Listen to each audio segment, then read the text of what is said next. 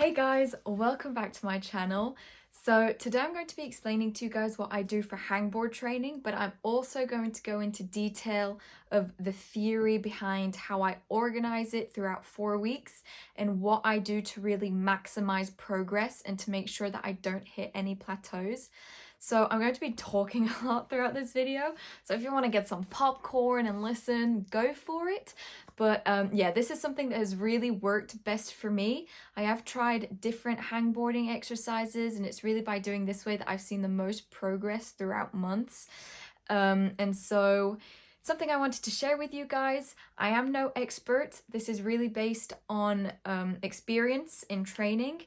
So hopefully this can give you guys some ideas and can help you understand how to maybe get out of a plateau. Before I get into this, I would recommend doing hangboarding if you climb regularly. So I would say at least 3 times a week, because if you climb less than that, I do feel like hangboarding just won't be as efficient. If you're someone who has just got into climbing and wants to progress, I don't personally find that hangboarding is bad. You just need to go into it gradually. So at the end of this video, I will also explain to you guys how you guys could add hangboarding to your training routine, but by doing it gradually and not hurting yourself. So yeah, let's get into this. So there's nothing really extraordinary in my hangboard exercises. I basically just hang for 10 seconds max on half crimps, open hand 3 fingers, and slopers. So when I say max 10 seconds, I will be adding on weight to the point where I can no longer hold the hold that I am using after 10 seconds. So you guys can add on weight too. If you can't hold the hold you're holding for 10 seconds, then you can take off weight. If you feel like you need to put your feet on the floor, don't hesitate on doing that either, but it's really 10 seconds max. So my hangboarding training and training in general is organized throughout a 4-week cycle. I feel like organizing in cycles is something which will maximize progression, because at the end of the cycle there's something called rest, and rest is apparently really important to progress. Something which took me a lot of time to understand, and something which took me a lot of time to put into my training. But yeah, rest is really important because it's during the rest time that your muscles are going to stick themselves back together and get stronger for the next weeks that you're going to start your training. So for my 4-week cycle, I'm going to be concentrating on the amount of training that I am doing in each week. So week 1, my amount of training will be at 100%. Week 2 will be the same thing. The amount of training will be at 100%. It is at week 3 where I will be reducing that amount to 70 to 80%. And then week 4, I will be almost halving the training. So that will be between 50 to 60% to really emphasize on the rest. These percentages really just represent the amount of training that I'm doing. So for me, a week at 100% represents 4 to 5 days of climbing, 2 times hangboard training, 2 times strength training, 2 times cardio training, 2 times core training, 2 times campsing, and stretching every day, or almost every day. But that's what a week at 100% looks like for me. When I get to my 3rd week, where my amount of training is around 70 to 80%, well, I will be reducing some of that training. So I'll probably be only climbing 3 to 4 times a week. I'll only be doing strength once a week. Campsing will only be doing once a week. So will I be doing for core?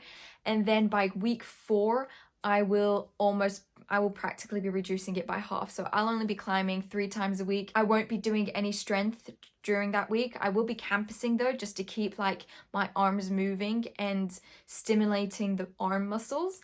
But I won't be doing any core, and I will be probably only doing cardio once a week. Stretching still stays the same almost every day when I can. So that's what I mean by percentages. The next thing I do specifically for hangboarding is to hangboard after a rest day. I do know a lot of people who don't necessarily do this way, but for me, I feel like it has worked the best because my fingers have recuperated after a hard climbing session, so they feel strong and they're ready to give 100%.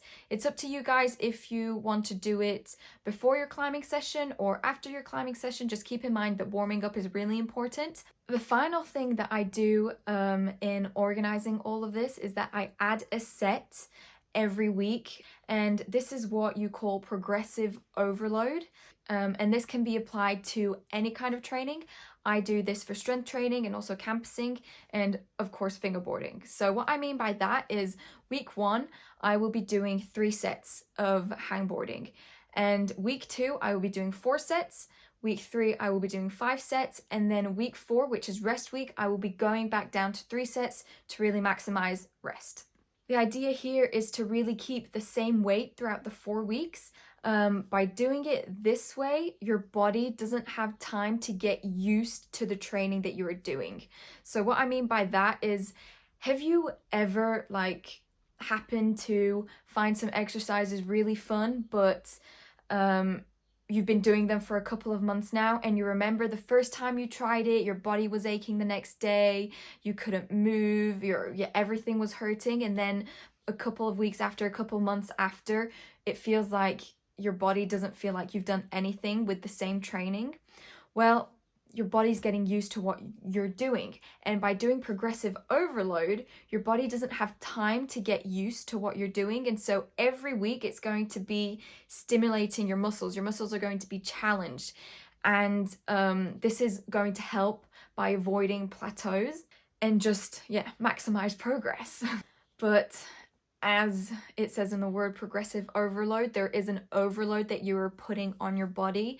Your body is going to be put into a lot of strain, and after a while your body is going to be feeling tired. And so this is really why rest is important at the end of the cycle, because you're going to be feeling probably after the 3 weeks as if you're decreasing in strength, like you don't feel like you're progressing, but that's the point. And so during rest, this is when your muscles recuperate, they come back stronger, and then when you restart a cycle, you'll hit the overcompensation phase where you'll feel your fitness has just peaked up. And then you'll hit again another tired phase when you re-attack this progressive overload, but in the second cycle. So you're going to be feeling weaker, you're going to be feeling more tired, as if you didn't progress, but then you hit another rest week. And so your body is going to recuperate, and then you're going to get stronger, and so on. As I said before, the idea is to keep the same weight throughout the 4 weeks.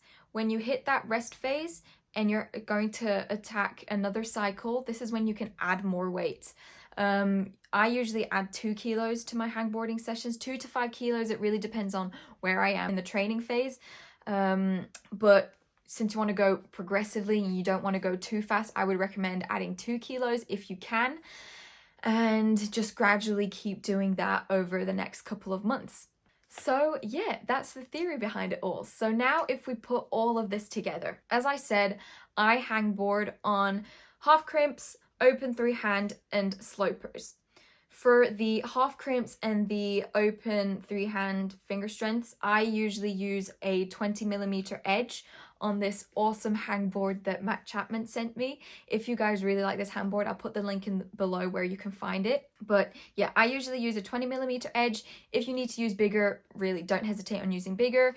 For the slopers, just any kind of slopey hold will work, where you can hold 10 seconds or just add weight. So for week 1, I will be doing 1 times a 10-second max hang, which represents 1 set. And I will be doing that for 3 sets for each grip that I am doing, with a 3-minute rest in between each set. And I also do this twice a week. For week 2, same idea. I will be doing it again twice a week, except I will be doing it for 4 sets. Week 3, I will either do once or twice a week. It really depends on how my fingers feel. If I feel tired, I'll only do once a week. If I feel like I'm in good shape and I can just destroy my body even more, I'll be doing it twice a week for 5 sets. And week 4, I will only be doing it once a week, and I will be reducing the number of sets, and I'll go back down to 3 sets. And then by the end of the rest week, you start a new cycle. You can add more weight if you feel like you can, and it goes on. So for now, people who are getting into climbing, you've just recently started, but you want to progress, you're really motivated, you go to the gym every day. I wouldn't recommend going to the gym every day, probably like 4 or 5 times max, because skin just like gets destroyed. But yeah, if you want to progress and you actually do want to try hangboarding, I would recommend starting off with different exercises.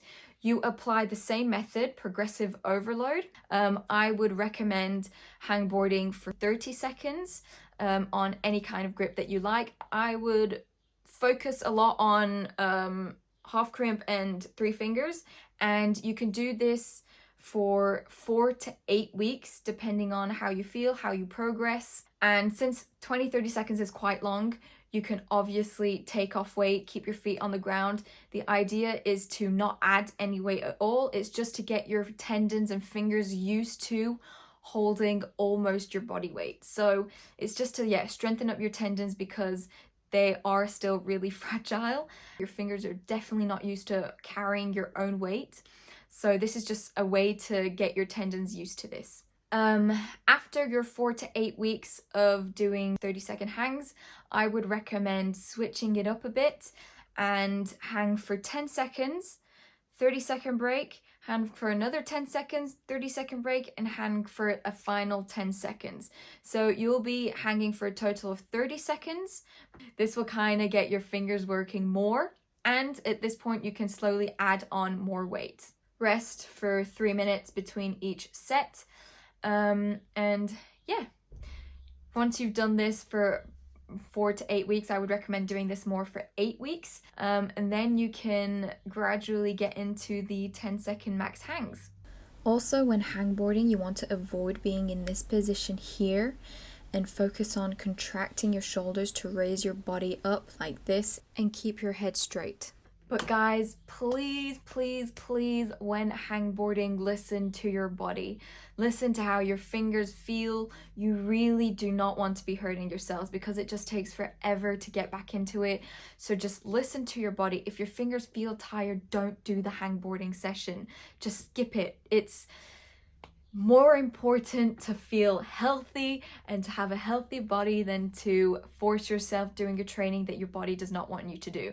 So just keep that in mind, okay? So yeah, I hope this video was informative, that you guys learned some stuff, and that, yeah, this could help you progress, maybe get out of a plateau if you're in a plateau, and just crush whilst climbing. So yeah, I hope you guys enjoyed the video. Don't forget to like and subscribe, and I'll see you in a week.